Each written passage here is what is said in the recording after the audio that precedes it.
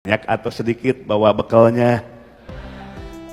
Ibu-ibu pergi ke IKEA, ke mall, ya, bawa uangnya cuma 1.000, terus ditulis beli garam doang, muter, kenapa? Cuci mata, nggak dibeli, nggak punya uang, pulangnya kira-kira bawa apa?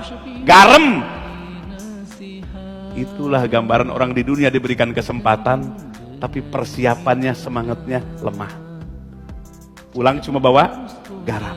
Kita pingin pulang dari IKEA itu diborong semuanya, alat furniture, di ruang tamu, di kamar, sampai ke dapur, nanti dikirim. Nggak kebawa lagi Pak, nanti dikirim dari mall.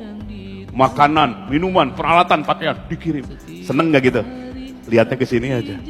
Ibu-ibu, kalau bapak-bapak cuma nganter gitu. Betul gak ibu-ibu? Setuju gak? Belanjaannya kalau banyak setuju gak? Tuh kan kelihatan wajahnya itu. La haula wala quwata. Kembali ke oleh-oleh umroh. Jadi kita diberi ilmu oleh Allah. Ada tempat melipat gandakan fadilah dan pahala. Di mana? Di Mekah, Masjidil Haram. Di Madinah, Masjid Nabawi. Ada tempat untuk menyampaikan hati kita, bukan sebatas fadilah sampai kepada Allah. Ikhlasnya semata-mata karena Allah. Jadi orang yang wasiluna ilallah, sampai kepada Allah. Di mana? Di majelis ilmu, majelis zikir, kampung halamannya mursyid. Tempat membinanya mursyid kepada murid-murid. Kalau ke Tasik betah apa enggak? Betahnya apa? Ada yang semangat mau hijrah, sudah pensiun ke Tasik, cuma pindah makan dan minum. La haula. Mana angkat tangan? Katanya hijrah ke Tasikmalaya, bahkan namanya juga KHR. Apa KHR itu? Kampung Hijrah Residen. Hebat. Di sana ke masjid enggak. Ya Allah, apa? Pindah makan, pindah tidur. Usir jangan tuh. Ngaherinan Tasik we. Harusnya semangat hijrahnya itu diwujudkan. Sholat 5 waktu ke masjid. Ngapain udah pensiun? Ya Allah, sayang-sayang. Bahkan Bapak udah gerakan gamis. Gerakan gamis itu gerakan memakmurkan masjid dari maghrib sampai isya. Sholat isya berjamaah, pahalanya adalah sama dengan sholat tahajud setengah malam. Susul sholat subuh sampai isyraq. Qobliyah subuh saja, sholat al-fajri afdhalu minad dunya wa fiha, 2 rakaat qobliyah subuh, keutamaannya lebih hebat daripada dunia dan isinya. Salat subuh berjamaah, pahalanya paka'annama sholat al-lail kullahu, sama dengan salat tahajud semalaman suntuk. Kemudian tidak langsung pulang ke rumah, wirid, zikir, baca Quran sampai isyraq, salat 2 rakaat isyraq, dapat pahala seperti haji dan umroh yang sempurna. Tiap hari dikasih begitu, seneng apa enggak? Ya Allah, mana yang udah pensiun, angkat tangan. Belum suka dengan itu? Ya Allah, kok disia-siakan. Ini katanya dari Serpongah, pokoknya gamis sekarang mah. Gamis itu gerakan apa? Gerakan memakmurkan masjid, maghrib sampai isya, subuh sampai siapa apa enggak? Walaupun sendirian di masjidnya, sebab ini sudah langka. Coba lihat dari masjid terbesar Istiqlal sampai masjid surau-surau, hampir nyaris nggak ada yang menjalankan sunnah ini. Padahal dalam kitab Al-Bidayah wa Nihayah dikarang oleh Al-Imam Al-Hafidh Ibnu Katsir rahimahullah, diceritakan Sayyidina Ali setelah wafatnya Nabi menceritakan kepada sahabatnya seusai sholat subuh, langsung Sayyidina Ali itu nggak sadar Pak, nangis setelah menceritakan dulu ketika Nabi masih ada di Madinah. Itu para sahabat datang ke masjid subuh itu, matanya orang yang kurang tidur. Gimana kelihatannya? Apa ya, kurang tidur tuh kayak gimana wajahnya? Lembab, sembab, sembab gitu ya. Pokoknya kurang tidur lah gitu. Karena dari 1/3 malam sudah tahajud, datang waktu subuh bring ke masjid. Ya Allah, indah sekali. Sholat subuh Nabi menjadi imam. Kemudian setelah sholat subuh tidak pulang ke masjid. Zikirnya disebutkan oleh Sayyidina Ali. Zikirnya Nabi dan sahabat itu tubuhnya kasyajarah biyomil asib, seperti pohon yang ditempa angin, bukan diam begini.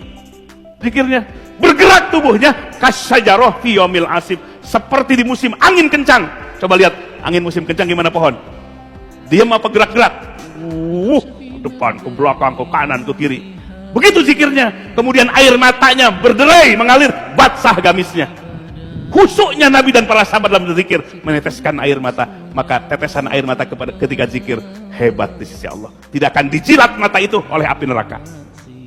Saking mahanya meneteskan air mata ketika zikir. Kalau meneteskan air mata hilang handphone mah itu mah nangis biasa-biasa. Tapi nangis yang luar biasa di saat zikir kepada Allah. Wajilat qulubuhum, bergetar hatinya merasakan agungnya Allah sampai nggak sadarkan diri.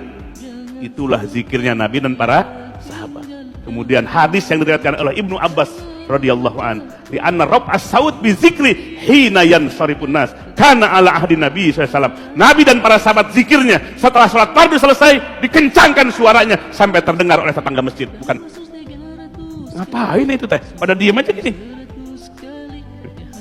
Nabi itu zikirnya dan para sahabat raf'as saut dikencangkan suaranya sampai terdengar oleh tetangga masjid. Kata Sayyidina Ibnu Abbas radhiyallahu an, kalau gemuruh zikir sudah terdengar di masjid, berarti sholat fardu baru saja ditunaikan. Jadi zikirnya sampai kedengar tetangga masjid. Semangat. Yang belum sholat pun, ini udah terdengar suara zikir gemuruh, malu, buru-buru sholat.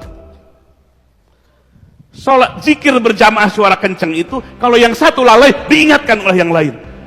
Ada transfer kehusuan, terbawa khusyuk oleh yang ada di sampingnya. Itulah diantara keutamaan zikir berjamaah dengan mengencangkan suara. Ada dalilnya. Ini bid'ah aja. Bid'ah apa nggak ketemu hadisnya? Diriwayatkan oleh Imam Bukhari. Hadis sahih Bukhari. Mengencangkan suara setelah sholat fardu. Coba kalau sekarang Bapak Ibu sekalian berlatih senam, ya 1, 2. Kira-kira keluar keringat apa enggak? Enggak, coba 1, 2. Ya, ada komandonya. Semangat enggak? Senamnya semangat enggak?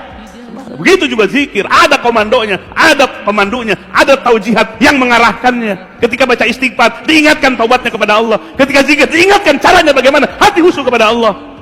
Kan jadi nikmat zikir itu. Namanya halaqah zikir atau majelis zikir. Banyak hadis tentang fadilah majelis zikir. Ini majelis zikir tapi masing-masing. Majelis zikir bukan atuh. Majelis zikir sama majelis ilmu. Kalau majelis ilmu ada guru nggak? Gurunya nggak yang menyampaikan ilmu? Ada nih seperti ini. Ini majelis ilmu. Majelis zikir ada yang membimbing zikir. Majelis ilmu menyampaikan ilmu. Majelis zikir membimbingkan taujihat pengarahan tentang zikir. Itu namanya majelis seperti majelis ilmu. La haula wala quwata illa